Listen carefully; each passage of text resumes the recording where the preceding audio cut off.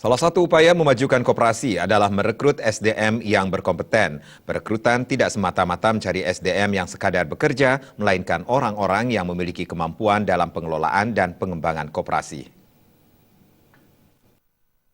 Membutuhkan SDM yang berkompetensi.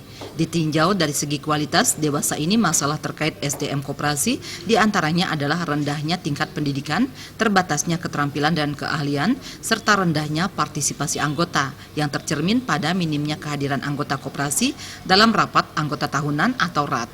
Dampaknya, keputusan-keputusan yang dihasilkan dalam RAT kurang dipahami anggota. Ketua Dekopinda Kota Denpasar Dewa Bagus Putu Buddha mengatakan SDM koperasi yang berkualitas menjadi salah satu faktor penentu terciptanya koperasi sehat dan terus tumbuh. Selain itu, pengurus baik manajer maupun pengelola harus mematuhi peraturan dalam mengelola koperasi.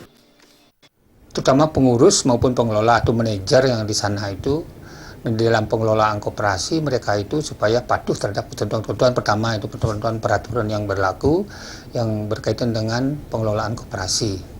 Nah, oleh demikian dengan kepatuhan itu jelas pengurus itu atau mau pengelola dan manajer itu ya sudah menyiapkan diri.